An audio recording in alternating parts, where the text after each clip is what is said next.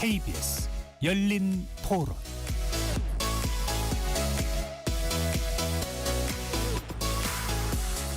안녕하십니까. KBS 열린 토론 배종찬입니다. KBS 열린 토론 매주 수요일에는 복잡한 뉴스 속 정치권을 향한 촌철살인, 정치적 참견 시점으로 여러분들을 만납니다. 이재명 대통령 어제부터 사상 처음으로 생중계되고 있는 부처 업무 보고의 2주차 일정을 시작했는데요. 여야의 평가는 여전히 크게 엇갈리고 있습니다. 통일교청으로부터 불법 정치 자금을 받은 혐의로 구속 기소된 권성동 국민의힘 의원에 대해 특검은 징역 4년을 구형했습니다. 정치권 인사들의 통일교 금품 수수 관련 편파 수사를 했다는 의혹을 받는 민중기 특검이 공수처의 수사를 받게 됐습니다. 관련 내용 포함한 전국 현안들 네 분의 패널들과 함께 꼼꼼하게 살펴보겠습니다. KBS 열린 토론 지금부터 시작합니다. 치열한 토론 속에서 더 나은 세상을 찾아갑니다. 올바른 세상을 만드는 첫걸음. 평일 저녁 7시 20분 KBS 열린 토론.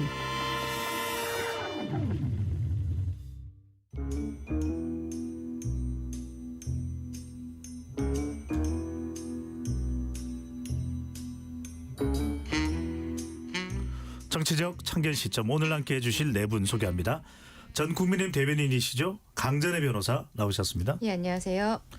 장윤미 더불어민주당 대변인 나오셨고요. 네, 반갑습니다. 조청래 전 여의도연구원 부원장 자리했습니다. 안녕하세요. 최창렬 용인대 특임교수 함께합니다. 네, 안녕하세요. KBS 열린 토론 문자로 참여하실 분은 샵 9730으로 의견 남겨주실 수 있고요. 단문 50원, 장문은 100원의 정보 이용료가 붙습니다. KBS 1라디오의 모든 프로그램은 유튜브에서도 함께할 수 있으니까요. 많이 들어와 주시고 구독 꾹 눌러주시고 좋아요도 많이 보내주시면 좋겠습니다. 이재명 대통령의 생중계되고 있는 부처 업무보고가 화제가 되고 있습니다. 2주차 일정 시작이 됐는데요. 이재명 대통령의 업무보고 모르면 모른다고 하고 허위보고하지 말아라. 국민들이 넷플릭스보다 더 재밌다는 설이 있다. 국민에게 보고한다는 생각을 하면 좋을 것 같다. 이런 이야기도 나왔는데요. 먼저 지금 업무 보고와 관련된 여야 간의 평가는 완연하게 엇갈리고 있습니다. 먼저 최 교수님 어떻게 평가하시는지요?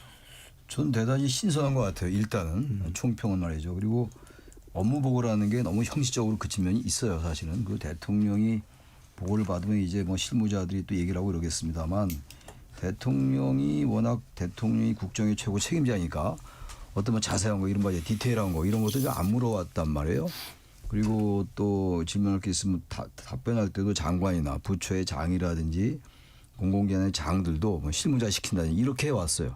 이 일반적으로 뭐 이 대통령의 국정 업무 보고만 그런 게 아니라 일반적으로 다 조직이 그렇잖아요. 그런 게 사실 잘못된 거라고 좀 보거든요. 평소부터 제가 개인적으로. 이게 대통령이 너무 디테일한 걸 물어보는 것 같지만 업무를 파악하는 것이기 때문에 이건 대통령으로서가 어떤 직위로 하는 거냐. 행정부의 장으로서 한다고 저는 생각하기 때문에 행정부의 수장으로서 할 수 있는데 새롭게 시도되는 거예요. 그리고 어떤 국민적 긴장감도 생기고 특히 장들에게 상당한 이제 그 사실 스트레스가 되겠죠. 그런데 아무튼 간에 지금 많은 논란이 있어요 지금. 근데 대통령의 국정 업무 보고에서 그 자리에서 해결된 것도 꽤 많이 있습니다. 그런데 그게 예. 보도가 안 되고 있는 거죠. 쿠팡에 관련된 것도 그렇고 세종시의 의사당 빨리 옮기는 문제 이런 것들도 그렇고 그런 순기능이 있는데 최근에 뭐 이따 말씀들을 나누겠습니다만 이학재 인천공항공사 사장 문제라든지 뭐 환단고기 논란 이런 것들 이런 부분들이 불필요하게 자꾸만 이제 논란이 되는 것 같아요. 야당이 지적을 하면서 이제 언론이 보도하면서 필요 이상으로 좀 과도하게 이슈화 되는 경향이 있어요. 그러니까 아무튼 간에 이런 것도 현실이니까 이 순기능을 잘 살리고 이게 정착이 됐으면 좋겠으니까 그런 부분을 조금 대통령께서 또 행정부가 대통령실이 조금 그런 부분을 절제하는 그런 것이 필요하다고 생각을 합니다. 예. 네. 대체적으로 긍정적으로 평가할 수는 있지만 조금 조율을 할 필요도 있지 않겠냐라는 조언을 해주셨는데 평가를 해주셨는데 조청래 전 부원장께서는요? 지금 최 교수님 말씀하신 같은 내용으로 저는 비판을 하고 싶은데요. 이게 이렇습니다. 적극적으로 하시는 것 같아요. 그러니까 현장감은 좀 있는 건 사실입니다. 기존의 방식하고 다른 것도 있고. 그런데 대통령이 그 국정과 관련된 업무 보고를 받는데 준비된 모습이 안 보여요. 제가 볼 적에는. 그리고 산하기관이 뭐 200~300개 되는데 대통령이 그 자리에 앉아서 산하기관장을 대상으로 문제 삼는, 디테일하게 문제 삼는 것도 문제고요. 그다음에 거기서 적극적으로 튀어나오다 보니까 대통령실이나 정부가 나중에 사후 뒷받침을 해야 되는 그런 일도 벌어지고 있습니다.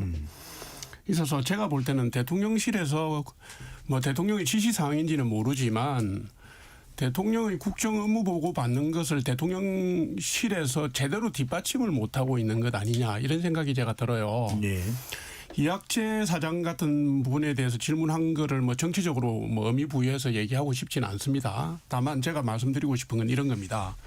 인천공항공사 같은 경우에 뭐 디테일하게 물어보셨는데, 사실은 인천공항공사가 인천공항이 10수년째 아마 세계 1위 공항일 겁니다. 그러면 대통령이 거기서 그 앞으로 지금까지의 성과와 명성을 유지할 방책이 있느냐, 전략적 방향은 뭐냐, 정부가 뭘 도와주면 되겠느냐, 뭐 이런 질문이 아니고요. 보안 검색대에서 이게 보안 검색이 가능하냐 안 하냐 이런 걸 물어본단 말이에요. 그러면 책 속에 들어간 외화를 뒤져보려면 물품을 다 뒤지고 예를 들어서 수화물로 들어간 것까지 다 끄집어내서 봐야 되는데, 이런 걸 대통령이 사장한테 질문하는 게 뭐 어떤 분들은, 지지자들은 속이 시원할지 몰라도 이게 대통령이 할 질문이 아니다, 저는 이렇게 보는 것이고요. 예. 지금 뭐 환빤이 대왕고래니 이 다 마찬가지입니다. 뭐 수익성 검토해봤냐 말았냐, 이거 전 정부를 겨냥하는 거잖아요. 그러니까 좀 대통령의 무게감에 맞게 국정을 책임진 책임자에 걸맞는 좀 형태로 하셨으면 좋겠습니다. 네. 장유미 대변인 어떻게 보시는지요? 이 대통령의 업무 보고 형식은 생중계, 내용은 구체적인 선고 질문이 나오고 있고, 또 평가는 또 여야 간에 논쟁이 되는 부분도 또 부각이 되고 있기도 합니다. 어떻게 전반적으로 평가를 하시는지요? 기본적으로 국정 운영에 자신감이 없으면 생방송으로 생중계되는 상황에서 업무 보고는 받을 수 없다라고 생각하고요. 그 가장 근본 원인은 이 정책에 대해서 대통령이 뭐 질타하고 여기에 있다라기보다는 이 정책이 제대로 점검되는 것은 국민한테 완전히 가닿기 때문에 그런 거예요. 그래서 국민들이, 오늘도 제가 업무 보고를 하는데 동시 접속하고 계시는 분들이 막 몇만 단위더라고요. 그만큼 화제를 모으고 있고 국민들께서 관심을 갖고 계시고, 그리고 제가 뭐 이런 좀 논란이 된 부분이 있어서 취재했던 기자한테 들었더니, 이게 뭐 망신 주려고 하는 게 아니잖아요. 정말 이제 대안을 모색하고 무슨 이제 현안이 있고 문제가 있는지를 점검하는 과정이기 때문에 대략 보고를 하는 기관별로 어떤 부분이 질문이 될 거라고 미리 언제를 준다라는 거예요. 준비를 할 수 있게. 이게 어떻게 보면 너무 당연한 것 같습니다. 이게 생방송을 하고 국민들이 지켜보는 가운데 대통령도 그냥 즉문즉답을 할 수는 없는 상황이거든요. 예. 그런데 그럼에도 불구하고 정말 어떻게 보면 실력차, 수준차, 그리고 현안에 대한 인식차가 있는 기관장들이 분별이 되는 거예요. 국민들 앞에서. 이런 점에서는 참 이제 순기능이 더 크다, 이런 생각이 듭니다. 예. 강진희 전 대변인 어떻게 보십니까? 대통령이 너무 거칠다고 생각합니다. 이 질문하는 스타일이라든지 이것을 마치 농담처럼 하는 것도 진중함이 떨어진다 생각하고요. 전 최근에 대통령 외신 기자회견 했었던 게 생각이 나요. 외신 기자가 북한에 억류되어 있는 우리 대한민국 국민들에 대해서 물어봤는데 처음 듣는 얘기라고 대통령이 대답을 했거든요. 그러면서 보좌진들에게 상황을 물어보는 일이 벌어졌습니다. 이게 굉장히 충격적이었던 게, 대통령의 그 대북 송금 의혹 사법 리스크 같은 경우에는 경기도지사를 할 때 경기도가 북한과 접해 있기 때문에 평화부지사라는 직을 만들고, 그 평화부지사 이화영 씨가 대북 송금을 하는 과정에 있어서 연루가 되었다라는 거잖아요. 근데 본인은 북한에 억류되어 있는 국민도 모른다, 이거를 아주 당당하게 이야기를 한 것이죠. 그런데 우리 기관장들이 모두 대통령처럼 당당한 성격은 아니지 않겠습니까? 모르면 모른다고 대답하면 된다라고 대통령께서 이야기하시지만, 그런 형태로 하는 것은 오히려 우리가 보기에는 직장 내 갑질처럼 보일 수 있다는 것이죠. 저는 생방송 자체는 그래도 잘 기획을 했다라고 생각합니다만 네. 조금 더 정돈된 모습을, 대통령의 권위와 책임감을 보여주는 모습으로서 진행이 되었으면 좋겠다라고 말씀드리고 싶습니다. 예. 하나하나 좀 짚어보겠습니다. 또 가까이 이 업무 보고에 가까이 있었던 내용 중에서 주목받는 것이 바로 이 탈모약의 건강보험료 적용 부분입니다. 이걸 지난 대선 때 또 2022년 대선이었던 걸로 기억이 나는데요. 네, 그렇죠. 그때 이재명 대통령이 공약사항이 됐는데 국민의힘에서는 이 탈모의 모자를 가져와서 모퓰리즘이다 이렇게 비판도 하는데 최 교수님은 어떻게 보시는지요? 이 만약에 이 국민의힘의 출신의 대통령이었다면 이런 비판 안 했을 것 같아요. 이 탈모 저도 머리가 많이 빠진 편인데 이 탈모약에 대해서 관심이 정말 많아졌어요. 제가 네. 지난주에는 친구들 만났는데 그중 한두 명은 머리 숱이 많은 친구였고 딴 두 친구는 그렇지 않은 친구들이었는데 30분을 탈모약 얘기를 하더라고요. 제가 이 얘기 고마 좀 해라 제가. 그랬던 기억이 있어요. 30분을요? 네. 네. 계속 그 얘기 하는 거예요. 뭐 얼마 싸다 그러고 뭐 새로 개발됐다 이런 얘기 하는데 그만큼 이게 진짜 남자들에게는 여성들에게는 별로 안 그럴지 몰라도 큰 고민이에요 이게 사실. 이 문제를 이 얘기를 하는 건데 이게 왜 또 정치로 논란이 되는지 모르겠어요. 검토하면 되는 거예요. 만약 대통령이 지시했다 하더라도 이 건보료를 적용하기에 뭔가 문제가 있다. 수가가 너무 떨어진다든지 너무 높다든지 그 결론이 나오면 되는 건데 저는 그래서 지금 이 업무보고 얘기가 나오고 계속 얘기를 하고 있습니다만 이 업무보고가 너무 정치적으로 소비되고 있는 것 같아요. 네. 업무보고의 장단점이 있겠죠. 뭐 다 장점만 있겠습니까? 새로운 시도이고 새로운 기획이고 좋은 기획이라고 좀 보는데 하다 보니까 또 이재명 대통령 스타일도 있는 것 같아요. 대통령 스타일 그대로 드러나는 면이 분명히 있어요. 이건 대통령도 사람이고 다 같은 이제 행정가고 이러기 때문에 완전히 사람이 다 달라요. 우리 다 개인적으로 그런 거 아닙니까? 근데 제가 보니까 이재명 대통령이 이러이러한 스타일이구나 좀 알겠더라고요. 대단히 직설적이고 그리고 굉장히 꼼꼼히 따진 스타일이고 아는 게 많고 그런 게 느껴져요. 그런데 이거 하나의 스타일인데 근데 그러다 보니까 만기칠남이다 이런 얘기도 나오는 것이고 책임 행정에 너무 관여하는 게 아니냐 이런 비판도 있는 게 사실이에요. 근데 그렇다고 해도 여러 지금 숨기는 일들이 있다고요. 보도가 안 돼. 자꾸 이제 논란이 되는 거 같은 거 야당이 지적하는 것만 보도가 되니까. 그런데 업무보고가 전부 이런 것만 묻지는 않지 않겠어요. 근데 스타일이 그러니까 좀 궁금한 게 있어요. 물을 수 있는 거예요. 아무리 사소한 거라 하더라도. 대통령은 반드시 굵직한 거 물어야 되는데 그런 부분은 없어요. 행정부의 장으로서 윗사람으로서 물을 수 있는 건데 그게 약간 과할 수 있죠. 예. 그게 과할 정도를 넘어서 너무 과도하게 정치화한다. 정치 이슈화한다. 야당이. 저는 그런 비판을 하고 싶습니다. 네. 조 전 부원장께서는 어떻게 보십니까? 그럼에도 불구하고 이제 보건복지부 같은 경우에도 대통령이 의견을 내자 조금 신중한 입장을 피력하기도 했습니다. 왜냐하면 이게 건강보험료 적용 여부이기 때문에 그렇습니다. 어떻게 보시는지요? 그러니까 대통령이 잘못된 접근을 하니까 또 뒤수습을 하는 겁니다. 이런 거죠. 대통령께서 대통령 선거 기간에 뭐 공약을 하셨을 수 있습니다. 있고 자기가 공약을 했으니 중심 공약 중에 한 개라면 뭐 관심을 가지고 있을 수 있죠. 그러나 대통령이 되시고 나면 그런 식의 접근이나 정치를 하시면 안 됩니다. 제가 드리고 싶은 말씀은 이거예요. 돌직구 스타일로 계속 하시는데 내가 세세한 것까지 다 알고 있다. 공무원들 전부 다 당신들 전부 다 긴장해라. 뭐 이런 건지는 몰라도 지금 건보가 적용이 안 되는 식이질환 이런 걸로 해서 고통받는 국민들이 무지하게 많습니다. 그러면 지금 건보 적용이 되는 범주 설정 원칙 뭐 대상 이런 부분에 얘기를 하시다가 탈모 같은 경우는 안 되는 거냐 이렇게 물으면 장관이 이런 내용으로 해서 지금 현재는 적용이 어렵습니다라고 얘기할 수 있을 건데 불쑥 탈모를 끄집어내니까 그럼 뭐 어떻게 대답하겠습니까? 그거보다 더 심각하면서 더 큰 피해를 보고 있는 국민들이 많으시거든요. 예. 건보 적용이 안 돼서. 그러니까 대통령이 공약했다는 이유로 그걸 받아들여야 된다면 정부 관료가 아니죠. 그래서 그거는 합리성을 쫓아서 답변하는 게 맞고요. 네. 보건복지부가 제대로 대응하고 있다 이렇게 봅니다. 알겠습니다. 여하튼 이 대통령의 업무 보고가 상당히 화제가 되고 있는 것만은 분명합니다. 그래서 오늘도 다뤄야 될 내용이 많은데 바로 인천공항공사 이학재 사장과 관련된 이야기를 해보겠습니다. 내분 의견을 또 차례로 여쭤보겠습니다. 토론이니까요. 국토교통부 업무 보고에서 책갈피 외화 밀반출 이것과 관련해서 이재명 대통령이 이제 질문과 또 질책도 받았습니다. 근데 이제 이학재 이 공항공사 인천국제공항공사 사장이 기자간담회를 통해서 대통령이 지시한 전수검사는 현실적으로 불가능하다. 보안 검색은 강화하겠다. 제가 좀 반박 입장을 냈어요. 그리고 또 이것에 대해서 이규현 대통령실 홍보소통수석은 라디오 방송에 출연해서 이건 다른 의도가 없다. 정치적인 게 아니다. 업무상 지적이었다. 이렇게 또 맞섰습니다. 먼저 최 교수님은 이 상황은 어떻게 그러니까 보십니까? 이재명 대통령이 이학재 사장이 국민의힘 출신이기 때문에 그랬는지는 모르겠어요. 알 도리가 없죠. 근데 제가 봐도 조금 이제 이학재 사장한테 그 이재명 대통령이 질문하는 거라니 이런 거는 좀 상당히 몰아붙이는 듯한 그렇게 보이긴 해요. 일반적으로 우리가 아는 대통령의 어떤 그런 어떤 인상하고 조금 대비되는 거 분명히 있는데 그리고 난 다음에 인천공항 이 이학재 사장의 이 기자간담회는 정말 전 이해하기가 어려워요.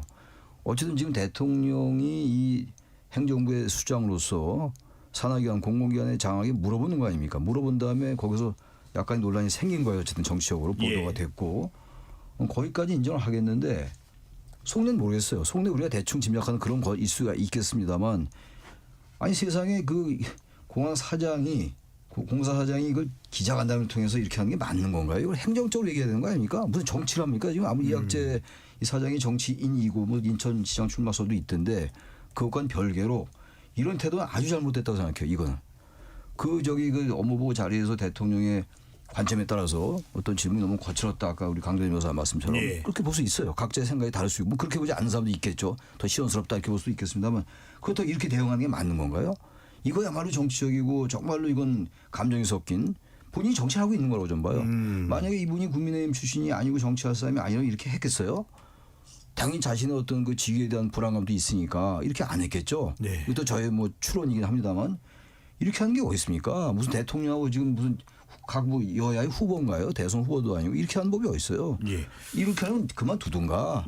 이건 대단히 잘못됐다고 저는 생각합니다. 알겠습니다. 이 사안이 심상치가 않은 것이 계속 이어지고 있습니다. 며칠 지났는데도 불구하고 강전의 전 대변인 어떻게 보시는지 지금 이학재 인천공항공사 사장은 추가적으로 SNS에 글을 올리고 또 사퇴설에 대해서는 또 선을 그었는데 지금 대통령실에서는 사랑과 전쟁 이야기까지도 나왔습니다. 사랑과 전쟁이 분류를 가르치는 것이냐 이것이 뭐 외환 밀반출에 대해서 뭔가를 가르쳐주는 것을 물어본 것이 아니지 않느냐 이 점을 강조한 것 같은데 강전의 대변인 어떻게 보십니까? 그 질문을 대통령께서 즉흥적으로 하신 거라고 생각을 합니다. 왜냐하면 책갈피 사이에다가 달러를 끼워서 반출하는 게 이재명 대통령의 사법 리스크 중에 하나인 대북 송금 사건에서 쌍방울 측에서 했던 그 방식 그대로거든요.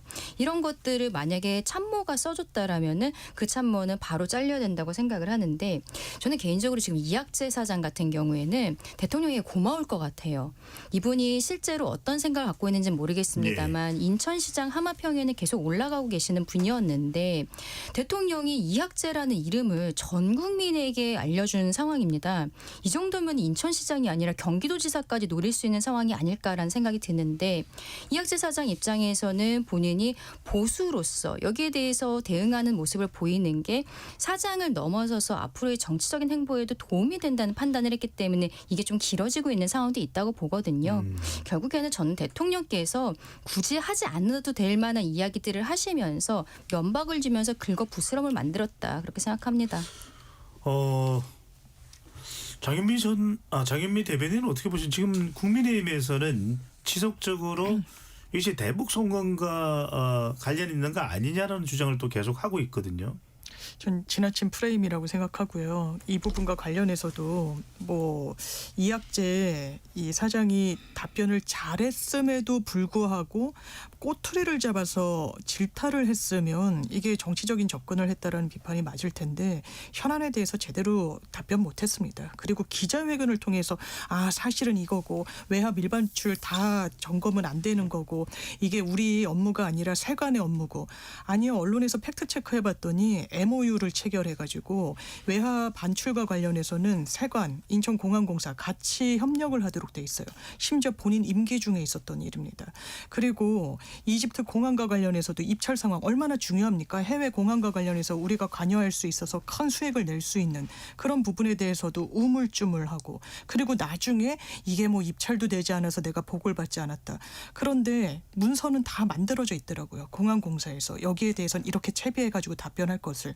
이건 해태한 겁니다. 그러면서 뒤에서 이 부분과 관련해서 추가 해명을 내놓고 이게 국민들이 우리가 인천공항공사 사장 정말 잘 뽑았구나. 윤 정부의 인사지만 우리가 계속 임기 보장해줘야 되겠구나라고 본인이 떳떳하게 얘기할 수 있을까요? 그렇지 않고 이걸 정치 쟁점화하면서 본인 방어막을 친다.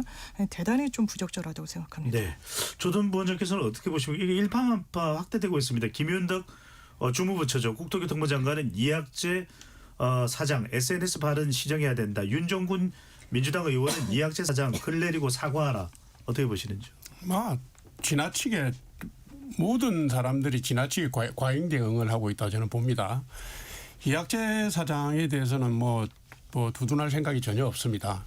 대통령이 그 업무보고 자리에서 지적을 했다고 해서 따로 입장을 내는 것은 사실은 저는 그는 올바른 행동은 아니라고 봐요. 그게 뭐 정치적으로 어떤 효과가 있는지 없는지 그걸 따지기 전에 제가 볼 때는 뭐 그 자리에서 강변을 하든지 반박을 하든지 토론을 하든지 해야지 끝내고 난 뒤에 다시 무슨 기자간담회나 SNS나 이런 데 하는 건 적절하지 않고요. 네. 다만 이렇습니다. 이게 이제 외화를 밀반출한다는 것은 범죄 행위입니다. 그러니까 대통령께서 범죄 행위의 수법을 전 국민들한테 알려주신 거예요. 그것만은 분명합니다. 뭐 무슨 이유를 갖다 붙여도 지금 우리나라에서 $10,000 이상 들고 해외여행 나갈 수 있는 사람 많지 않습니다. 더더군다나 밀반출할 사람들은요. 그게 범죄 행각을 염두에 둔 분들이거든요. 대통령께서 굳이 그 일부 사례, 쌍방울 사례와 비슷한 사례를 끄집어내서 그런 질문을 했어야 되느냐라는 것은 부적절했다고 보지만 그렇다고 해서 그 자리에서 반박을 못하고 뒤에 다시 얘기를 하는 건 적절하지 않다 저는 이렇게 봅니다. 전 이제 책갈피 넣는 걸 보고 이제 그 비판적인 사람들 얘기가 이거 뭐 수법을 전 국민에게 알려줬다 이런 비판이잖아요 지금. 예. 좀 그거 딱 떠오르는 게 신문에 왜 여러 범죄에 대한 보도가 많이 나오잖아요 신문이나 방송에. 우리가 볼 때 기상천외한 게 너무 많아요. 그것도 보도 안 합니까? 그게 아마 산업 전쟁이 무슨 바람 피는 거 알려주는 겁니까? 라는 그런 맥락인 것 같아요. 예. 그게 즉흥적으로 떠오르는 것 같은데 저도 이 기사 보면서 그런 생각이 떠올랐어요. 여기에 대한 정치적 논란은 별도로 하고 그렇다고 그 얘기를 못 하냐고요. 그게 지금 일반출을 하는 그런 수법이 있다 그러니 그거 좀 막으면 안 돼요. 이렇게 물어본 거란 말이에요. 근데 그게 국민들이 알려준 거니까 전혀 다른 쪽에 지금 튀고 있는 거예요 이게. 네. 아니 세상에 수많은 이상한 기법도 부동산 사기도 그렇고 얼마나 많이 보도가 돼요. 하루 종일 보도가 되는데 대한민국에서. 그럼 하나도 보도하지 말아야 되겠네요. 그러니까 그러다 보니까 정말 불필요한 정말 대통령으로서는 그냥 물어본 거에 불과한 건데 물론 아까 제가 잠깐 언급한 것처럼 그 내부적으로 윤석열 정부 때 임명된 인사니까 그렇게 했는지 모르겠어요. 저는 알 도리는 없죠. 또 그 지적한 거 내용 가지고도 또 거기다 대고 대북송금 얘기를 하고 전 국민에게 알려줬다. 이런 건 전혀 이건 수긍하기 어렵다. 네. 그렇게 생각합니다. 알겠습니다. 또 다른 쟁점은 바로 환단곡입니다. 지난주 교육부문 보고에서 이재명 대통령은 박지향 통보가 역사재단 이사장과의 이 대화에서 환빠와 관련된 부분을 물어봤고요. 여기에 대해서 박지향 이사장은 주류 역사학이 아니다. 그래서 전문가들에게 맡겨야 된다라고 이야기를 했는데 그게 또 상당히 지금 이재명 대통령이 환빠 이른바 한단곡이라고 하는 역사적인 사실을 옹호한 것이냐라는 이제 이 주장이 나오면서 논쟁이 되고 있습니다. 먼저 장유민 대변인은 어떻게 보시는지요? 일단 이 대통령이 이 동북아 역사재단과 관련해 가지고 이 뭐 역사관 이런 질문을 주고받다가 이른바 환빠에 대해서 아냐라고 얘기를 했더니 이게 이제 정사가 아니고 우리는 사료에 기반해서 이 연구를 한다. 그러면 이제 환단곡이라는 또 이 문헌은 있으니까 그러면 이제 환단곡이는 문헌이 아닌가요?라고 질문을 했고 뭐 이런 의견도 있다라고 하면서 나간 부분이 대통령이 환단곡에 대한 역사관을 마치 뭐 지지한 것처럼 하는 건 너무 논리적 비약의 큰 해석이라고 생각을 하고요. 이제 유홍준 청장이 이야기한 것처럼 여기에 대해서는 이제 환단곡이라는 게 어떻게 보면 유사 역사학의 한 관점이다 보니까 그런 부분에 대해서는 어떤 관점이 있는지를 역사한테 좀 물은 것 같아요. 이 문헌을 보면, 이 문맥을 보면. 그래서 지나치게 정치 쟁점화하는 건 좀 온당하지 않다는 생각이 듭니다. 예. 강전혜 전 대변인은 어떻게 보시는지요? 이게 생방송의 묘미가 아닌가 싶습니다. 대통령께서 네. 이러한 발언을 하셨다는 거를 우리가 신문으로 글로만 읽었다면은 지금 장 변호사님 얘기하신 것처럼 그렇게 받아들일 수도 있을 것 같아요. 그런데 말이라는 거는 표정과 말투, 뉘앙스라는 게 있는 거잖아요. 대통령께서 그날 하셨던 뉘앙스는 저는 누가 봐도 환단고기에 대해서 왜 제대로 하지 않느냐, 여기에 대해서 지지하는 듯한 이런 말씀이었다라고 생각을 할 수밖에 없는 부분들이 있거든요. 그러니까 이게 좀 일파만파 커지다 보니까 대통령실에서도 해명이 나오긴 했습니다만 저는 적절치는 않다고 생각을 합니다. 결국에는 앞서 제가 이 생방송 계속하는 거에 대해서는 찬성하지만 대통령께서 책임감을 가지고 무게감 있게 좀 진행하셨으면 좋겠다고 말씀드린 것이 이런 논란이 있을 만한 것들에 대해서는 발언을 자제하시는 게 좋지 않을까 그렇게 생각합니다. 예. 조정래 전 부원장 말씀 듣고 최창렬 교수로 가겠습니다. 환빠라는 용어를 역사에 관심 있는 분들도 대부분 모르는 용어, 생소한 용어입니다. 근데 그걸 대통령께서 말씀을 하셨어요. 그래서 저도 흥미롭게 뒤져봤는데 이게 지금 뭐 한당북이나 3.1 신고나 이런 저작들이 있습니다. 유사역사학이라고 공격하는 분들도 있고요. 근데 이거를 주장하는 분들이 주로 환빠의 주류가 가야사 복원, 가야사 연구에 집중하고 있고 예. 이분들이 가야사 바로 세우기 시민연대 뭐 이런 걸 만들어서 활동도 하고 있어요. 대통령께서 대통령 선거운동 기간에 그 바쁜 기간에도 가야사 바로시 한빠들이 하는 모임에 간담회에 참석했던 적이 있습니다. 그러니까 대통령이 지금 어디서 주워 듣고 하는 얘기는 아니에요. 어떤 모임에서 간담회라든가 해서 전문적인 식견을 그쪽에 식견을 가진 사람들의 예. 얘기를 들은 적이 있고 그걸 가지고 질문을 한 거기 때문에 제가 볼 때는 뭐 그냥 유홍준 박물관장이 얘기하는 그런 수준의 질문은 아니고요. 재단 이사장한테 대놓고서 역사 관점 논쟁을 저는 도발한 거라고 봅니다. 예. 대통령을 도발이라는 말을 써서 그렇긴 한데 한 거라고 보고요. 아마도 왜 주류 학계에서 이걸 못 받아들이느냐. 많은 국민들이 여기에 관심을 가지고 있고 많은 연구자들이 연구 성과를 쌓고 있는데 왜 무관심한 거냐. 이걸 힐난한 거잖아요. 예. 그러니까 매우 적절하지 못한 것이고요. 뭐 개별 보고를 받는 자리도 아니고 국민들한테 생방송 되는 자리에서 뭐를 과시하고 싶으셨는지 저는 그게 궁금할 따름입니다. 알겠습니다. 뭐 이게 순화적인 차원이니까요. 방금 전에 조 전 부원장께서 말씀 주워 들은 부분은 전에 들은으로 다시 정정해서 전달을 드리겠습니다. 최 교수님께서는요? 글쎄요, 저는 이것도 좀 이해가 안 가는 게 그야말로 표정이나 뉘앙스를 해석하는 것도 해석의 영역이에요. 그렇긴 한데 환단고기 얘기를 평소에 궁금했거나 아니면 뭐 이재명 대통령이 환단고기의 내용에 대해서 일부 공감하는 게 있었거나 그건 알 도리가 없습니다만 이것도 물어볼 수 있어요. 그리고 논쟁할 수 있다고 저는 생각해요. 대통령은 반드시 커다란 화두만 던지고 크게 앞으로 방향을만 제시하고 이런 건 아니잖아요. 지금 이 업무 보고 자체가 우리가 기존에 아는 것과 다른 거예요. 지금 다른 시도라고요. 이게 대통령이 그 행정부의 장으로서 그 여러 가지 업무를 파악하고 논쟁도 하고 질타도 하고 반박도 당하고 그런 자리라고 저는 봐요. 그런 가운데서 환단곡이라는 건 이건 누가 봐도 유사 역사학이 누가 인정할까요? 인정 안 하는데 인정하는 사람도 있는 거 아닙니까 지금. 있단 말이에요. 뭐 환빠라는 말도 이번에 전 처음 알았는데 이걸 가지고 마침 이재명 대통령이 과거 상고사 이상 올라가도 대한민국이 이 중국 뭐 유라시아도 우리나라 땅이다라는 걸 믿구나 있는 것처럼 얘기하는 것 그게 더 잘못됐다 이런 얘기예요. 그냥 물어볼 수 있는 거 아니에요. 그리고 환빠도 연구 좀 해보시오. 그 약간 뭐 과도한 지시라고 하면 또 과도한 지시로 끝날 수 있는 거고 그런데 이걸 그렇게 정치 쟁점화해가지고 이렇게 얘기될 것인가 그런 생각이 좀 들어요. 그냥 일상적으로 봐달라. 저는 이런 아니 이거 지금 박지양 이사장 이분 또 약간 뉴라이트 계열이에요. 그러니까 다 달라요 이 계열들이. 다르다 보니까 이게 더 확대 해석되는 측면도 있어요 지금. 이학철 사장도 국민의힘 정부 출신이고 이제 이 박지양 이사장도 이른바 역사관에 대한 많은 논란이 있던 분이란 말이죠. 근데 이번 뭐 업무보고는 관계가 없는 거긴 합니다만 그러다 보니까 자꾸 이런 논란을 야기하는 게 아닌가 그러는데 너무들 예민하다 진짜. 좀 그런 생각을 합니다. 네. 혹시 네. 아니 이게 환빠가요. 이재명 대통령의 핵심 지지층입니다. 제가 아까 가야사 바로 세우기 시민연대 얘기를 했는데 가야사 식민사관 청산연대로 이름을 바꿨어요. 이게 환빠로 지칭되는 분들이 이재명 대통령의 핵심 지지층입니다. 그래서 문제가 되는 것이고요.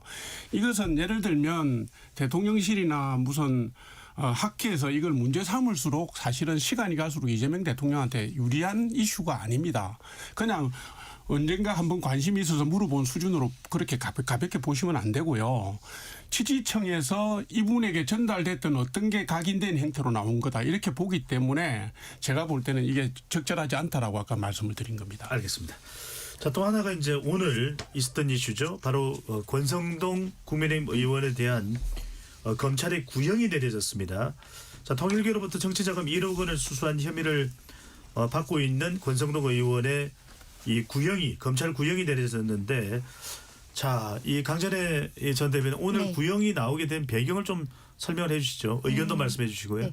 22년 1월에 그러니까 당시 대선을 앞두고 권성동 의원이 교단이 어떠한 청탁 내용과 함께 1억 원을 수수했다라는 혐의를 받고 있는 것입니다. 정치자금법 위반이고요. 이게 법정형은 5년 이하로 되어 있는데 오늘 검찰에서는 4년 그리고 1억 원에 대한 추징을 신청을 한 것이죠. 검찰 측에서는 중진 국회의원이 헌법 가치를 훼손했다 이러한 이야기들을 하고 있습니다. 다만 권성동 의원 측에서는 일관되게 윤영호 씨를 한 번 정도 본 사이이고 돈을 받을 사이가 아니다. 그리고 그 중식당이 오픈되어 있는 곳이기 때문에 그렇게 할 수가 없는 곳이다라고 얘기하면서 1억 원 수수에 대해서는 계속적으로 부인을 하고 있는 상황입니다. 이게 이제 1월 28일에 선고가 나게 되는데 이 사건은 저는 조금 아이러니하다고 생각을 해요. 왜냐하면은 통일교 사건이 최근에는 여권 인사들로 이게 수사가 확대되어 가고 있는 모습들을 보이거든요. 그렇다면은 권성동 의원이 구속돼서 기소되고 그리고 재판을 받고 있는 상황이 민주당에게도 똑같이 적용되어야 되는 것이 아닌가. 권성동 의원의 형 자체보다도 이 절차에 대해서 국민들께서 더 관심을 가지시게 된 사건이 되지 않았나 싶습니다. 알겠습니다. 이거 아직 재판부의 선고는 아닙니다. 그렇죠. 검찰이 구형이니까요. 최 교수님께서는 검찰이 내린 이 징역 4년 또 추징금 1억 원의 이 구형에 어떤 의미로 보시는지요? 그래서 뭐 제가 법률가가 아니기 때문에 거기에 대해서 구체적인 판단은 좀 조심스럽긴 한데 예. 이게 이 진술 바탕으로 이제 구형을 한 거란 말이에요. 지금 일단 이 권성동 의원이나 권성동 의원 측에서는 받은 적이 없다라고 얘기하고 있는데 어느 정치인도 아무도 전 돈 받았다고 하는 사람 못 봤어요. 아닌 게 아니라 무죄가 나는 경우도 있고 유죄가 나는 경우도 있는데 지금 이제 특검에서 얘기하는 건 국회의원의 지위를 이용해서 사적인 이해관계나 종교적 이해관계에 국회의원의 신분을 종소시켰다 이렇게 얘기를 하고 있는 상황이란 말이죠. 예. 이건 대단히 심각한 거죠. 게다가 통일교가 이제 선거에 영향을 미치려 했던 것이기 때문에 또 민주주의 근간을 흔들었다. 그래서 헌법 가치를 훼손했다라고 보고 있는 거예요. 그러니까 중형을 이제 구형한 거죠. 근데 이제 앞으로 이제 뭐 법원이 어떤 판결을 낼지 모르겠어요. 근데 과연 이제 그 진술을 얼마나 믿는가의 문제, 진술의 어떤 구체성이나 일관성 이런 것들을 보고 판단내지 않겠는가 이렇게 생각합니다. 예. 이 최종 판결에는 1심을 말씀드린 것보다 우선적으로 이 윤영우 전 통일부 세계본부장의 이 정언도 상당히 중요할 것 같은데 김건희 여사, 권성동 의원, 윤영우 전 세계본부장의 1심 선고 모두 다음해 내년입니다. 1월 28일로 지정이 됐다고 합니다. 자, 또 하나가 이제 주목받고 있는 인물이 바로 국민의힘의 김기현 의원입니다. 전 대표죠. 자택에 대한 압수수색, 또 김기현 의원의 아내도 청탁금지법 위반 혐의 피의자 신분으로 이제 특검에 소환 조사를 받은 바가 있는데, 장윤미 대변인께 여쭤봅니다. 이 김기현 의원의 아내가 청탁금지법 위반 혐의의 피의자 신분이다. 이건 뭘 의미하는 겁니까? 일단 전당대회와 관련해서 이 굉장히 좀 이례적인 일들이 발생했었죠. 그 당시에 김기현 의원은 상당히 후발주에 사실상 이제 꼴찌였었고 유승민, 뭐 안철수, 나경원 이 의원들이 이제 채비를 하고 있었는데 유승민 의원이 이 지지율이 많이 나오니까 아예 당원 당규를 수정을 해가지고 당원 예. 100%로 했고 그거는 김기현 의원에게 상당히 유리한 룰이라는 평가가 나왔습니다. 고 나경원 의원에게는 이 저출생 본인의 어떤 대안을 모색한 것과 관련해 가지고서는 우리 정부의 입장과 다르다라고 하면서 어떻게 보면 공개망신을 주고 안철수 당시 의원에게는 아무 일도 하지 않으면 아무 일도 발생하지 않는다라고 겁박을 해서 주저앉히면서 급부상한 게 그 반대 이익을 그러니까 본인이 잘해서라기보단 그 반사 이익을 얻으면서 당대표까지 된 분이 김기현 의원 그리고 그 대가로 어떻게 보면 대통령의 입김으로 무리수를 둔다라는 이런 인상이 그 당시에도 그런 평가가 나왔는데 그 아내 되는 분은 로저 비비에라는 명품에 이게 100만 원대라고 나오지만 100만 원대 후반입니다. 그 가방을 가져다주고 거기에 손편지로 편지가 나오고 그 대가 관계는 그 전에 전당대회에 전해주지 않았다고 하더라도 부정처사 후에 수뢰를 했다라고 볼 수 있는 부분까지 있어서 피해자로 입건된 것으로 알고 있습니다. 예. 조선부 의원께서는 어떻게 보십니까? 최근에 국민의힘을 향한 이제 특검의 수사가 집중이 되어 왔고 이제 또 김건희 특검까지 마무리가 되어가는 상황인데 막판 일정에 이 김기현 전 대표, 김기현 의원 부인까지 집중이 되고 있습니다. 이건 어떤 의미로 봐야 될까요? 무리하는 거죠. 지나친 수사라고 봅니다. 이게 이제 혐의가 청탁금지법 위반인데요. 지금 김기현 의원의 부인 이모 씨, 그다음에 가방을 받은 김건희 여사, 청탁금지법 처벌 대상이 아닙니다. 두 분 다. 직무 관련성을 입증하기가 힘들어요. 다만 이제 가방을 구입할 때 들어간의 돈 결제가 누구 계좌에서 나갔느냐 이걸 가지고 남편인 김기현 의원 계좌에서 나간 것 같다 해서 같이 걸고 들어가고 있는 건데요. 네. 전당대회와 관련해서 걸어 넣으려면 이게 혐의점이 분명해야 됩니다. 3월 8일 날 전당대회를 했고 가방을 전달한 게 3월 16일로 되어 있습니다. 사후에 뭐 부정하게 선물을 했다 이렇게 보는 것 같은데 지금 이거와 관련된 김건희 여사의 혐의는 전성배 건진법사가 통일교를 통해서 통일교인들을 입당시켜서 밀었다 뭐 이거예요. 통일교인을 통해서 입당시켜서 밀었다고 할 때 숫자가 몇 명이냐면 2,400명입니다. 당시에 2023년 전당대회 때 투표한 책임당원 숫자가 46만 명이에요. 2,400명 가지고 그것도 8일 뒤에 들어간 가방을 가지고 직무 관련성을 엮어서 처벌을 하겠다. 이게 말이 됩니까? 이거는 제가 누가 봐도 지나치고요. 민중기 특검이 끝으로 갈수록 수사 내용이 초라하니까 국민의힘 내부에 중량감 있는 의원을 치고 들어가서 물고 들어가는 것 같은데요. 예. 이러니까 특검이 수사기관의 수사를 받는 지경에까지 가게 되었다고 말씀드립니다. 최 교수님 지금 조정부 원장께서는 무리한 수사다. 김기현 전 대표, 김기현 의원에 대한 수사는 무리하다라는 설명을 해주거든요. 그게 이제 전당대회가 끝난 다음에 이제 가방이 전달되고 이랬잖아요. 예. 그것도 이제 편지가 있고 오는데 어떤 형태로든 간에 김건희 여사 측, 김건희 여사가 이제 공직자가 아니니까 이제 아까 그런 말씀이 나오는 건데 수사가 필요하죠. 무슨 그럼 대통령 부인하고 당대표 부인이 그렇게 원래 편지 나누고 그럽니까? 가방 주고 그러나요? 이거 국민들 정서에 맞지도 않아요. 그런 거 수사하면 모두 수사에 대한 존재입니까? 그 알량한 법 지식 가지고 이러하기 때문에 사후에 된 거니까 이건 직무 관련성이 없다. 공직자가 아니까. 그게 말이 되는 얘기예요 도대체? 그 일반 국민이 다 그렇게 하고 사나요? 인생을? 수사 당연히 해야죠. 나중에 법원이 어떤 판단을 하더라도요. 저는 당연한 수사라고 생각합니다. 예. 강선희 전 대표님 혹시 이 관련해서 하실 말씀 있을까요? 네, 뭐 별다른 것은 없고 좀 아까 부원장님 말씀하신 것처럼 민중기 특검 측에서 뚜렷한 수사 성과가 나오지 않으니까 국민들의 입에 오르내리기 좋은 사건을 가지고 마지막에 힘을 쏟고 있는 것이 아닌가 그런 생각이 듭니다. 예. 장현미 대변인께 이 점 여쭤보겠습니다. 특검에서 이 관련된 사람들에 대한 이 수사를 하고 또 구속영장을 청구했는데 기각이 된 경우들이 꽤 있었습니다. 그런데 관저 이 청와대에서 용산으로 관저를 이전하는 특혜 의혹에 연루된 대통령실 관계자들이 모두 구속이 됐어요. 청와대 이전 TF1 분과장을 지냈던 김어진 전 국토교통부 차관과 직원 항모씨. 그러니까 구속영장이 발부됐다라는 거는 어떤 의미로 봐야 될까요? 이게 법원이 굉장히 비난 가능성이 높다라고 본 거고 보도를 보면 영장 실질 단계에서는 약간 내가 김건희 씨 압박 때문에 21g이라는 그 어떻게 보면 종합건설 면허도 없는 업체를 선정을 했다는 취지로 사실상 실토를 했다라는 보도도 나와요. 그럼에도 불구하고 너무 여러 차례 거짓말을 했습니다. 21g은 말씀드렸다시피 종합건설 면허도 없어요. 계약서도 작성되기 전에 업무부터 공사부터 시작을 합니다. 왜냐하면 커바나 컨텐츠를 후원했던 기업이고 김건희 씨랑 굉장히 그 대표가 친밀한 관계고 국민대에서 같이 뭐 이렇게 인연을 맺기도 했었고 이런 부분과 관련해서 이 사람이 어떤 그 김호진 전 차관이 어떤 일을 했느냐 이거를 총괄적으로 했던 거죠. 그러면서 그렇게 이야기를 합니다. 국회 나와서도 윗선에 이 어떤 뭐 개입이 있었다라고 하면서도 누군지 기억이 안 나서 너무 본인도 안타깝다 그래요. 그러면 그 의원이 묻습니다. 김건희 씨 아니냐?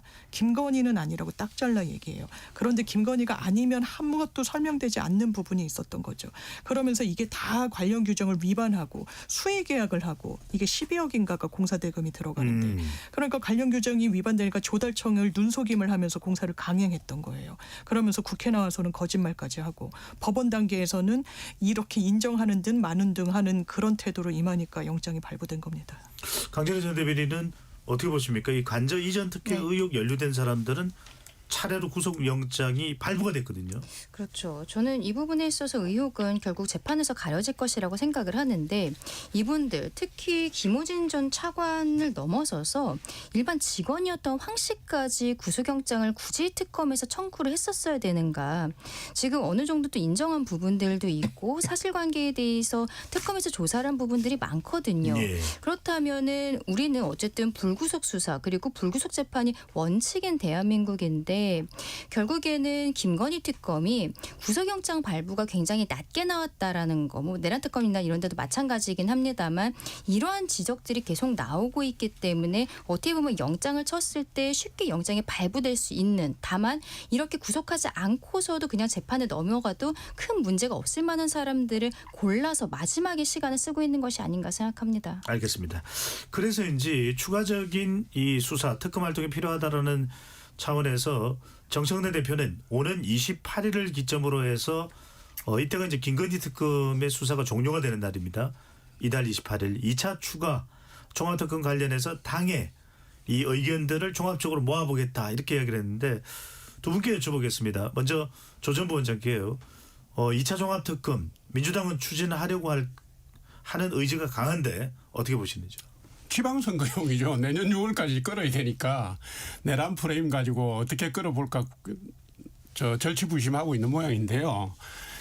잘 아시는 것처럼 이렇습니다. 3대 특검이 다 그 성과를 제대로 내지를 못했잖아요. 그러니까 특검법상의 그 수사 중에 인지된 사건을 수사할 수 있는 그 항목을 걸어서 3대 특검이 다 끌고 나갔고요. 잘 아시는 것처럼 해병특검 같은 경우에는 박정훈 대령에 대한 재판이 한창 진행 중인 중에 특검이 들어갔고 내란 특검도 윤석열 전 대통령의 내란 혐의 행사 재판이 진행 중인 상황에서 특검이 들어갔습니다. 그러니까 특검이 들어가서 공소유지를 하는 이런 초유의 사태가 벌어지기도 했고요.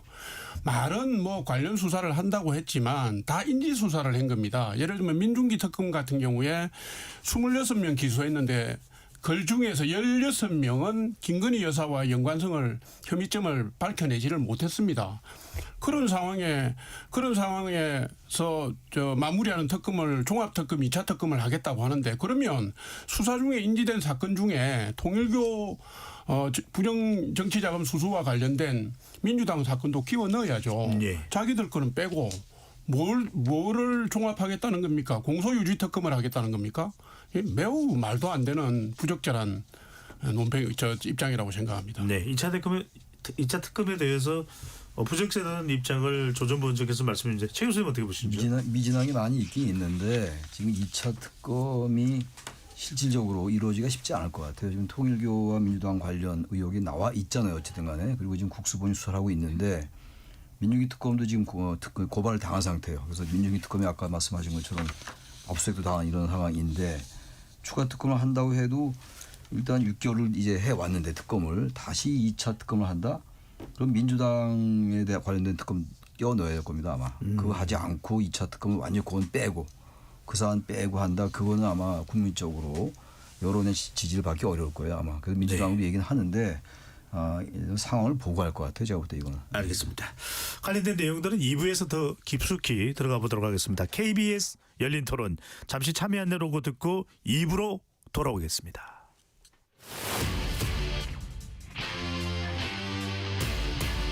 토론에 정답은 없습니다.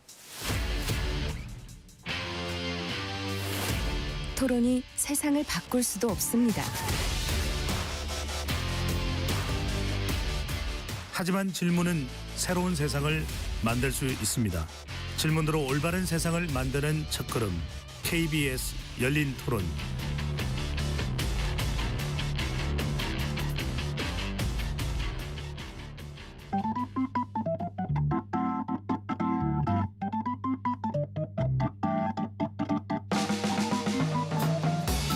세상을 바꾸는 질문 열린 토론이 시작합니다. KBS 열린 토론은 언제나 열려 있습니다. 단문 50원, 장문 100원의 유료 문자 샵 9730 그리고 KBS 어플리케이션 콩으로 여러분의 의견을 남겨주세요. KBS 열린 토론 2부 이어가겠습니다. 수요일은 정치적 참견 시점으로 진행하고 있습니다. 스튜디오에 최창렬 용인대 특임교수, 조청래 전 여의도연구원 부원장, 장윤미 더불어민주당 대변인, 강전애 전 국민의힘 대변인 네 분과 함께하고 있습니다. 조청래 전 부원장께 먼저 여쭤보겠습니다. 지금부터는 이제 통일교 관련된 이슈를 좀 이야기를 해야 될 텐데 그 전에 이 특검과 관련된 이야기 관련해서 특검과 관련된 이야기를 먼저 해보겠습니다. 오늘 경찰이 정치권 인사들의 이 통일교 금품수수 관련 편파 수사를 했다는 의혹을 받고 있는 이 김건희 특검, 또 민중기 특검이라고도 많이들 지금 이야기를 하고 있습니다만 정확하게는 김건희 특검입니다. 고위공직자 범죄수사처 공수처에 이첩을 했습니다. 자, 이 공수처 수사를 받게 되는 상황, 국수본에서 다시 이제 공수처로 갑니다. 이 민중기 특검에 대해서는요. 조 전 부원장께서는 어떻게 보시는지요? 식무유기 혐의로 고발이 된 상태이기 때문에 뭐 수사기관이 가볍게 놓치고 갈 수 없는 그런 무게를 가지게 됐습니다. 이게 이제 잘 아시는 것처럼 현 정권의 장관급 인사 3명이 연루가 돼 있어요. 돼 있고 그다음에 대통령 선거 시절로 돌아가면 이재명 대통령 측근에 대한 접촉 의혹도 있고 윤영호 전 세계본부장이 이재명 후보 측에서 한학자 총재를 만나고 싶어 한다는 메시지를 받았다라고 진술한 내용도 있습니다. 있고 그다음에 민주당 소속 지구당의 쪼개기 후원을 한 것도 있고 그다음에 더 구체적으로는 금품의 내용이나 선물의 내용을 정황과 시점을 특정해서 진술을 한 진술 증거가 있습니다. 그러니까 2018년, 2019년, 2020년 이렇게 나누어졌던데요. 거기에는 민주당 2명, 예전에 미래통합당 1명 이렇게 3명이 있기 때문에 여야를 가리지 말고 필요하다면 다 해야 되고요. 이 아마 그 특검이 8월 달에 그 조사를 통해서 진술을 털어놓고 조사 기록도 아니고 수사 기록 형태로 놔두다가 4개월 뒤에 정치자금법 공소시효가 만료될 시점까지 질질 걸다가 언론의 내용이 나오니까 경찰에다가 이첩한 거 아닙니까? 이거는 수사를 뭉개기로 한 것이고요. 그다음에 그 인지된 수사 과정에서 인지된 내용을 수사할 수 있게 된 특검의 법을 어긴 것이기도 합니다. 네. 따라서 아마 경찰이 이 수사 역량이나 수사 범위로 볼 때 직접 다루기가 힘들어서 공수처에 넘긴 모양인데 넘겨서 뭐 낱낱이 수사를 해서 국민들에게 밝혀야 될 거라고 저는 보고 있습니다. 네. 경찰이 이첩한 부분 조금 더 여쭤보겠습니다. 장윤미 대변인께서는 경찰 수사에서 고위공직자 범죄수사처로 넘어간 이 상황 어떻게 보시는지요? 이게 아마 이 공수처 법을 보면은 대상과 범죄가 특정이 돼 있어서 자기들이 이제 그 법률 검토를 해봤을 때 검사 직책에서 이 뭐 직무유기 등으로 한번 들여다볼 여지가 있기 때문에 좀 기계적으로 공수처로 옮긴 것 같고요. 기본적으로 이 통일교 사건은 그렇습니다. 이게 이 국민의힘 수사를 하다가 우리가 민주당도 관리를 했다라고 하면서 지금 새로운 이름들이 언론에 계속해서 거론이 되는데 취합을 하면 뭐 30명 가까이 된다는 거예요. 20여 명. 그거는 사실 여야를 막론하고 있습니다. 단순히 접근을 하고 통일교가 로비를 시도했던 인물들인지 정말 돈까지 받았는지는 아직 수면 위로 드러난 부분이 없어요. 윤영호 씨의 진술에 상당히 의존해 있고. 예. 그리고 이게 편파 수사라고 할 수 없는 게 뭐 쪼개기 후원 이런 부분도 있지만 저희가 판례를 보면 쪼개기 후원을 받은 사람들 있잖아요. 이 한학자 씨의 총재의 이 공소장에 보더라도 뭐 국민의힘에 얼마 뭐 1억 얼마를 내려보내서 이걸 쪼개가지고 이제 후원을 하는 형태로 됐는데 그 의원들 조사 받았습니까? 아니요. 왜냐하면 쪼개기 후원을 받는 당사자들은 이게 불법인지 아닌지 모르거든요. 이건 민주당도 마찬가지입니다. 이게 공정하지 않았다 뭐 했다 이렇게 섣불리 단정하기에는 이르다. 그러면 이제 특검에서 왜 이걸 빨리 이첩하지 않았어? 기본적으로 윤영호 씨의 진술이 8월 달에 나왔다라는 거예요. 이게 내사 사건을 부여하기 전에도 일반 사건에서도 진정, 제보, 풍문, 범죄의 단서 인식했을 때 이런 말이 있었구나. 바로 사건 이러지 않습니다. 스크린하고 어느 정도 사건이 될 수 있는지를 헤아리고 내사 사건 번호를 부여하는 거예요. 그리고 11월 달에 그 사건 번호가 부여됐었다라는 거고 그거는 이런 논란이 있기 전이었습니다. 뭐 편파적이니 어쩌니. 그러니까 특검은 본인들의 수사 스케줄대로 했기 때문에 직무유기라고 뭐 법적으로 저는 공수처로 넘어가도 의율하기는 실제로는 어려울 거라고 생각합니다. 법률적 내용에서 이 부분은 강재현 전 대변인께도 좀 여쭤봐야 될 것 같습니다. 지금 민중기 특검 그러니까 김건희 특검에 대해서 이견을 잡고 지적을 하는 배경에는 이 8월 달에 윤영호 전 통일부 세계본부장의 진술이 있었다면 왜 이렇게 늦어졌느냐. 그렇죠. 그리고 사건 일련 번호를 11월 달에 하고 또 정작 경찰로 이첩한 거는 12월이었거든요. 근데 이제 방금 전에 장윤민 대변인 설명은 그렇게 시간이 걸릴 수밖에 없는 일이다라는 또 부연 설명을 해주셨습니다. 강재리 전 대변인은 어떻게 보시는지요? 일반적인 형사 사건이라면 뭐 그럴 수도 있겠다라고 생각합니다. 요즘 뭐 수사권 분리 때문에 워낙 경찰에서도 뭐 수사기관에서 사건들이 적체되어 있는 건 맞거든요. 그런데 이 사건 같은 경우에는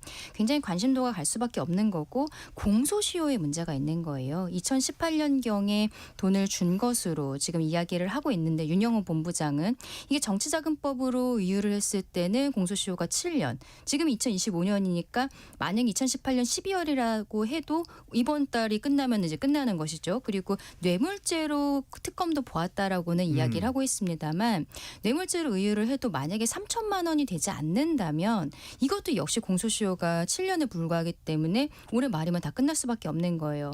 이런 것들을 검토를 해서 다른 쪽으로 빨리 넘겼어야 되는 것이 아니냐는 지적이 그래서 타당성이 있다고 생각합니다. 예. 근데 저희 국민의힘에서는 이게 공수처가 아니라 특검에서 특검을 해야 된다. 특검에 대해 조사를 해야 된다라고 말씀을 드리는 게 이제 우리 국민들께서는 수사의 절차뿐만이 아니라 이 수사의 주체도 과연 그런 정당한 자격을 가지고 있는가에 대한 관심을 갖고 계시거든요. 그런데 오동훈 공수처장과 그 공수처의 지휘부가 한 3주 전에 직무유기로 기소가 된 상황이에요. 불구속 기소가 되었습니다. 최상병 사건과 관련해서. 근데 지금 이것도 이 민중기 특검도 결국에는 직무유기의 혐의를 받고 있는 건 아니겠습니까? 그러니까 누가 누구를 수사하는 것이냐라는 이야기가 나올 수밖에 없는 것이죠. 그리고 공수처의 수사 능력이 굉장히 떨어진다는 것은 우리가 이번에 윤석열 전 대통령 사건에서 봐왔기 때문에 이 사건이야말로 정말로 특검을 해야 될 사안이다라고 말씀드리고 싶습니다. 최창희 교수님 그리고 조청래 전 부원장 이어서 가겠습니다. 그러면 공수처에서 제대로 이 통일과 관련된 수사가 잘 될 수 있을지 국민의힘과 개혁신당은 특검을 이야기하고 있는데 현실적으로 이건 또 가능할까요? 최 교수님부터요. 일단 공수처로 넘어갔으니까 공수처 하겠죠. 공수처로 넘어간 이유는 일단 공수처 이외의 검사는 다 넘겨야 돼 있어요. 민중기 특검의 검사들이 대상이기 때문에 넘긴 것이고 일단 예. 공수처 넘긴 건 그것 때문에 우리 아까 잠깐 말씀하셨습니다만 공수처 법에 따라서 넘긴 것이고 근데 공수처의 수사 능력이라는 게 우리 국민이 다 아는 거 아닙니까? 워낙 그 부진하고 여러 가지 얘기가 있죠. 그 공수처를 설치하면서 예산이라든지 인력 이런 것들이 지원이 잘 안 됐다. 뭐 이유가 무엇이 됐든 간에 어쨌든 간에 공수처의 수사 역량이라는 거에 대해서 그렇게 국민이 신뢰를 갖지 않는 것만 사실이에요. 문제는 이 부분을 특검을 하냐 안 하냐의 문제인데 이건 좀 현재 이제 국수본이 수사를 하고 있다가 이건 다른 사건이에요. 국수본으로 이첩한 사건과 지금 공수처로 이첩한 사건이 다른 사건이에요. 전혀 다른 사건인데 그래서 이걸 특검하냐 아니냐 문제 좀 봐야 될 것 같아요. 일단 공수처로 넘어갔으니까 공수처 수사기관이니까 하는 걸 보고 역시 기존 때처럼 공수처가 수사를 영 못한다. 능력이 없다 그러면 이것도 뭐 특검 고려 볼 필요가 있겠죠. 특검이니까. 특검을 하는 게 사실 특검이 하자면 쉽지 않은 거 아니겠어요. 그래서 아마 이제 특검 얘기가 나오는 것이고 이제 개혁신당과 이제 그 얘기가 나오는 건데 이런 좀 봐야 될 것 같습니다. 이 부분은. 예, 특검이 될 수 있어요. 근데 수적으로는 특검은 법 통과가 필요한데 열세거든요. 특검을 계속 국민의힘이 이야기하고 있습니다만 상특검을 이야기하고 있거든요. 민주당은 절대로 못 받겠죠. 이게 특검으로 들어가면 대통령실까지 올라갈 가능성이 있습니다. 올라갈 가능성이 있고 어찌되었든 현직 대통령도 이름이 오르락내리락 할 수밖에 없는 사안이에요. 그러니까 절대로 막으려고 하겠지만 잘 아시다시피 이렇습니다. 왜 경찰이 이걸 공수처에다 넘겼겠습니까? 물론 뭐 법리 검토했겠죠. 법리 검토를 안 하더라도 내가 경찰이라도 이걸 수사 안 합니다. 어떤 의미십니까? 아니 현직 장관들 대통령 집권 여당의 국회의원들이 걸려 있는데 이걸 행정 권한에 속하는 행안부 산하의 경찰이 어떻게 수사를 합니까? 치고 나갈 수가 없거든요. 준사법부 사법기관이었던 검찰도 못 믿어서 붕괴시킨 게 민주당인데 경찰은 검찰보다 더할 거 아닙니까? 그리고 이게 지금 공수처 지금 말씀하신 것처럼 공수처의 수사 실력은 뭐 다 아는 거고 그래서 민주당이 이걸 막아낸다고 하더라도 이 수사 결과 이후에 두고 문제가 돼서요. 제가 볼 때는 이 사안은 계속 살아있는 이슈로 갈 겁니다. 그래서 이 사안의 부작용으로 인해서 민주당에도 좋지 않을 거고 이재명 정부에도 좋지 않은 결과로 부메랑 효과가 있을 거라고 저는 보기 때문에 당장의 손익을 계산하지 말고 제가 볼 때는 중립적인 특검을 임명해서 털고 가는 게 낫지 않겠느냐 이렇게 봅니다. 당위적으로는 그렇다는 말씀 주셨습니다. 근데 민주기 특검은 이 부분 좀 애매한 게 아까 장유미 변호사가 잘 말씀하셨습니다만 인지된 사건을 다 딴 건 수사하고 왜 이것만 안 하냐 그렇게 얘기하는 거 아니에요 지금. 예. 근데 인지된 사건이 아니에요. 좀 달라요. 그러니까 김건희 씨와 관련돼서 인지된 사건을 하겠다는 거였지. 지금 전에도 전 장관 얘기 나왔고 임종선 전 의원 얘기 나오고 또 야당도 있고 여당도 다 있어요 지금. 게다가 이제 김규환 전 미래통합당 의원 얘기도 나오는 거 아닙니까? 그러니까 이거 이 첩을 늦게 한 건 제가 봐도 뭐 질타받을 만하다고 좀 봐요. 어쨌든 간에 공수처를 앞두고 있으니까. 근데 이거를 인지된 사건인데 왜 안 하냐라는 논의는 틀린 거예요. 김건희 씨와 관련된 게 전혀 아니잖아요. 이 얘기는 지금. 이걸 어떻게 특검 수사합니까? 법대로 해야죠. 법에 분명히 김건희 씨와 관련된 인지된 사건을 하게 돼 있죠. 특검법에. 이건 그게 아니잖아요. 지금. 다른 여러 가지는 다 김건희하고 관련이 돼 있다고요. 아니 그걸 그 자꾸 정확한 혼동해가지고. 말씀이 아닙니다. 네. 해석의 문제로 말씀하신 거고 법률에는 김건희 여사와 관련된 그 인지 수사만 하게 돼 있다고 돼 있지 않을 겁니다. 조문을 보면 수사 중에 인지한 내용에 대해서 수사를 할 수 있다고 돼 있을 등자로 나와 거예요. 있을 거예요. 정확하게 그것을 파악을 해봐야 되는데. 네, 최 교수님 말씀 끝나고 기본적으로 이 민중기 특검이 하는 건 김건희 씨와 관련된 인지된 사건이에요. 그럼 모든 걸 민중기 특검이 합니까? 그럼 말이 돼요 그게? 그래서 그럼 아까 조 부원장님이 말씀하신 내용 중에서 이번에 김건희 특검에서 기소한 사람 중에서 10명이 넘는 사람들이 아직까지도 김건희 여사의 관련성이 드러나지 않았다라고 말씀드린 게 바로 그 지점인 거거든요. 김건희 여사와 관련성이 없지만 특검에서 수사하다가 인지했다라고 하면서 기소한 사람이 10명이 넘는데 왜 민주당 것에 대해서는 심지어 공소시효도 만료가 돼가고 있는 상황에서 이렇게 뭉갠 것으로 보이는 행동들을 한 것이냐. 거기에 대해서 문제 제기를 하고 있는 겁니다. 장유미 대변인 혹시 하신 말씀 있을까요? 이게 김건희 특검이잖아요. 그래서 딱 수사할 수 있는 게 열거돼 있어요. 그리고 그 수사를 하다가 인지한 것은 수사할 수 있게 돼 있어요. 별건 수사라고 불법이 아니에요. 영장 받고 수사하면 되거든요. 예. 그런데 특검에서 설명했듯이 너무 뜬금없이 이 민주당 인사들 얘기가 나온 거예요. 이걸 묻을 수는 없어요. 수사는 해야 되는데 이게 특검이 수사할 것이냐. 기본적으로 인적, 물적, 시간적 제한 때문에 우리는 이 부분을 국수본으로 이첩한다라는 판단을 내린 거. 그리고 지금 구속 기소된 그 집사 게이트 이런 부분도 어떻게 보면 김건희 씨랑은 약간 거리가 있는 거 아니야라고 합니다만 기자한테 막 돈 매기고 이런 걸로 영장 발부되고 이랬거든요.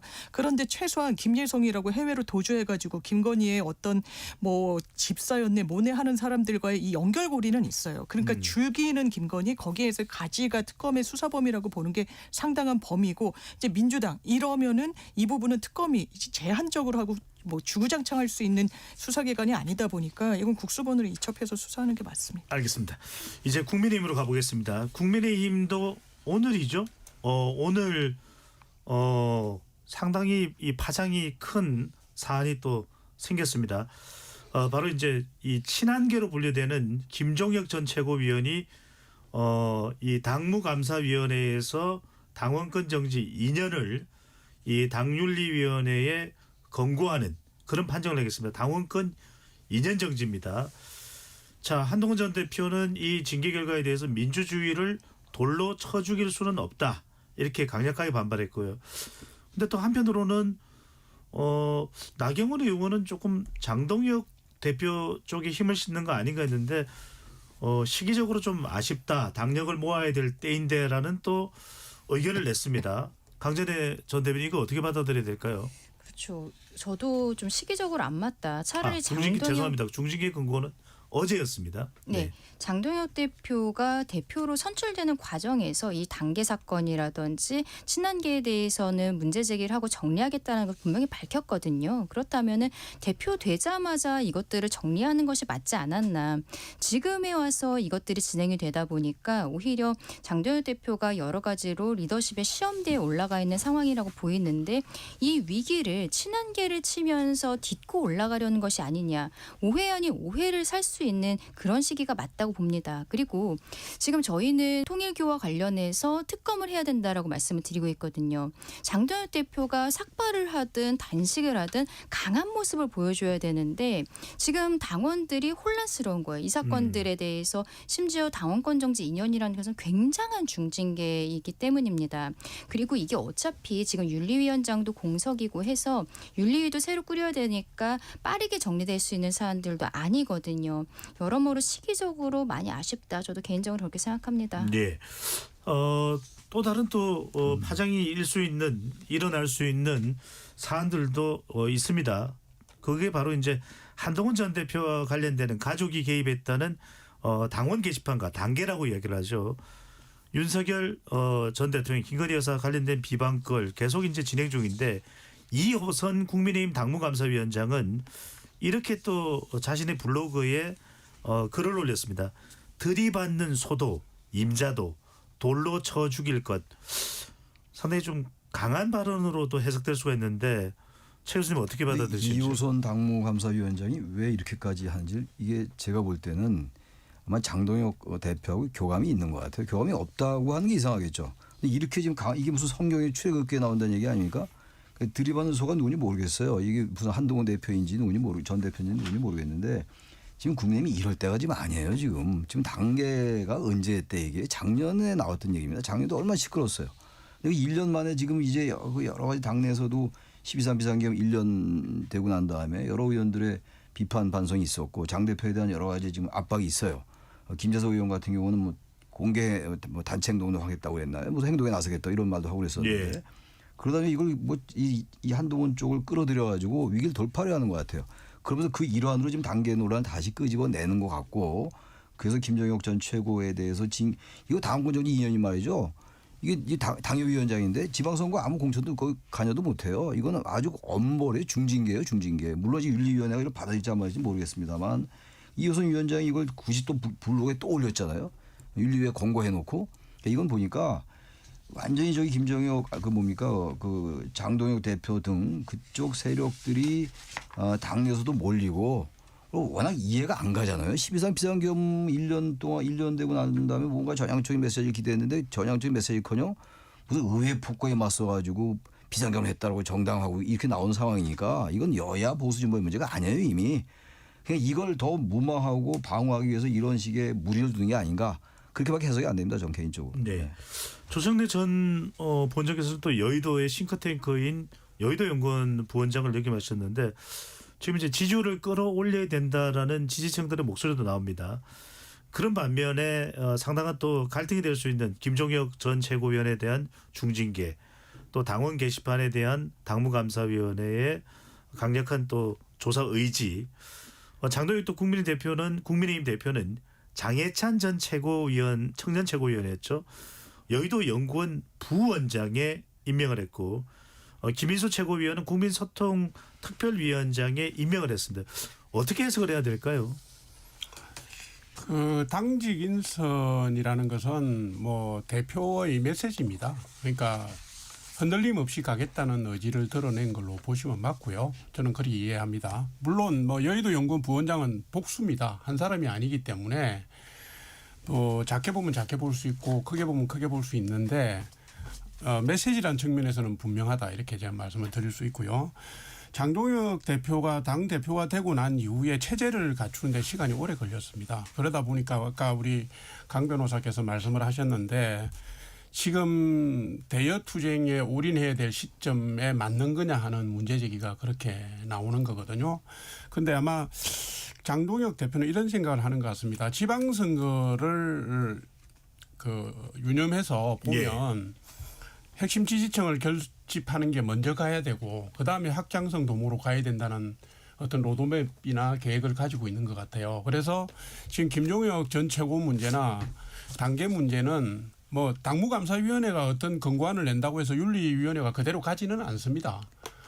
무산된 경우도 많습니다. 당무감사위원회 안이 무산된 경우도 많기 때문에 실제로 징계로까지 가는지는 지켜봐야 될 문제고요.